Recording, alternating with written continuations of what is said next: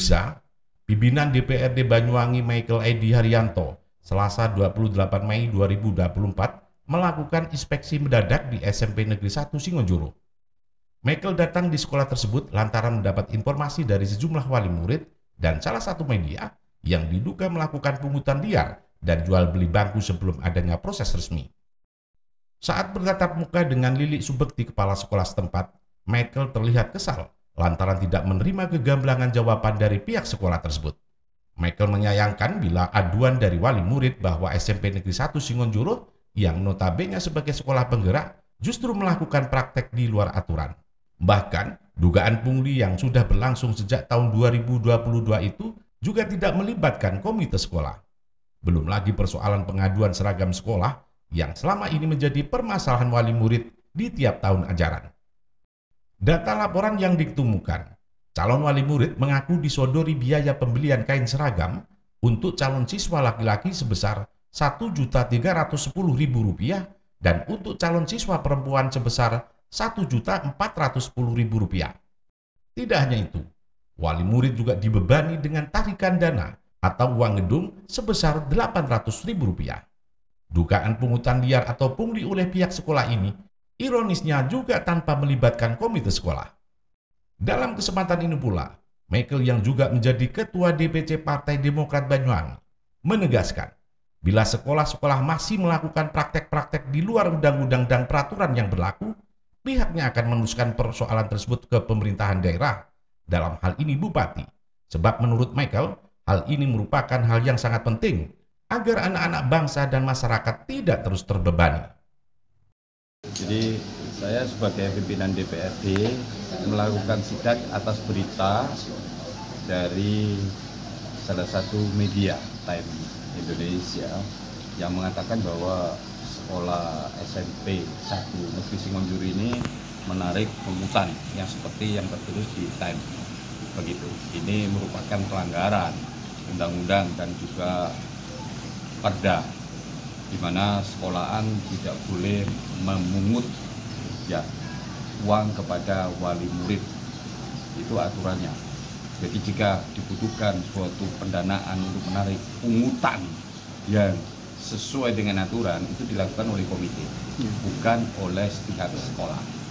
Dan ini kejadian mulai tahun 2022. Dan kita sudah ada buktinya bahwa ada pungutan seperti itu. Itu yang tidak boleh. Jangan sampai kepala sekolah Bu Lili ini yang saya lihat banyak penghargaannya ya, karena intelektualnya pandai untuk mencerdaskan, membantu sekolahan ini maju, tersandung persoalan hukum. Itu yang saya tidak mau. Sehingga saya ingatkan supaya mengikuti aturan undang-undang dan perda yang ada. Yang kedua, saya tidak mau masyarakat Banyuwangi ini putus sekolah gara-gara ada kebijakan ini. Ya, banyak keluhan-keluhan masyarakat ya, sering saya ungkapkan bahwa banyak pungutan-pungutan ya, dari sekolah ya, yang baik dilakukan oleh sekolah maupun komite, sehingga membuat wali murid itu tidak bisa melanjutkan sekolahnya. Bahkan ada ijazah-ijazah yang ditahan. Bahkan Bu Lili mengatakan sendiri beberapa tahun yang lalu banyak ijazah yang numpuk ditahan, dan beliau baik untuk memberikan. Nah, saya tidak mau ada ijazah lagi, Pak Alfian, tidak ada sekolahan yang menahan ijazah yang sudah lulus.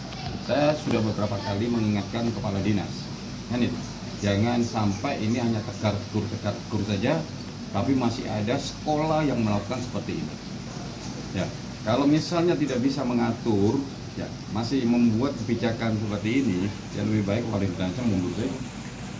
Ya kan? Kalau perlu saya mau bicara pada bupati, ya bagaimana? Nah, berarti itu kan melanggar apa yang dibuat oleh bupati perda sendiri bahwa sekolah gratis SD SMP. Kalau itu sekolah Banyuwangi tidak bisa membuat gratis kan, ya masyarakat ya Banyuwangi, wah itu salah besar.